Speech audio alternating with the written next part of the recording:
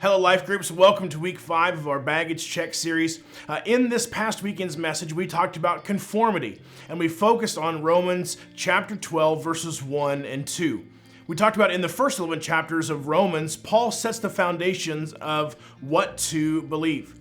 He talked at length about this idea that everyone is sinful, that there's a chasm between us and God, but salvation is available to all, regardless of a person's identity, sin, past, or heritage, that we're saved by grace through faith in Christ and his finished work on the cross.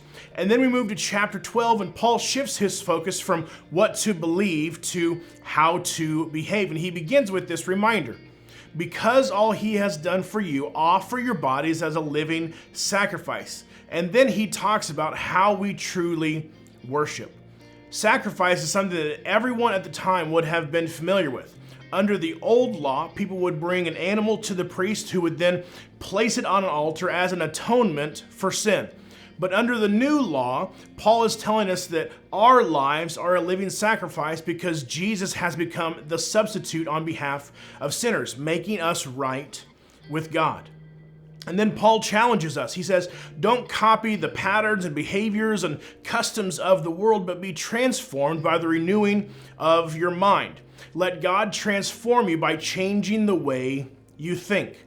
Paul knows that our minds are the most important thing about us. Our lives are built on a series of things that we do and decisions that we make, and all of those things that we do and the decisions we make are all based on the way that we think.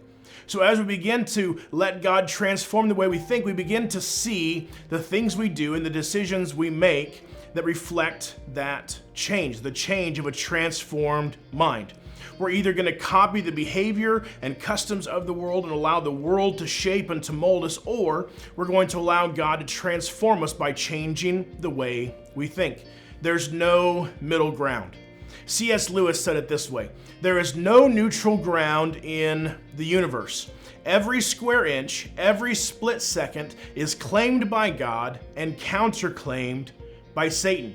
In other words, every thought, decision, opportunity, step is contested space.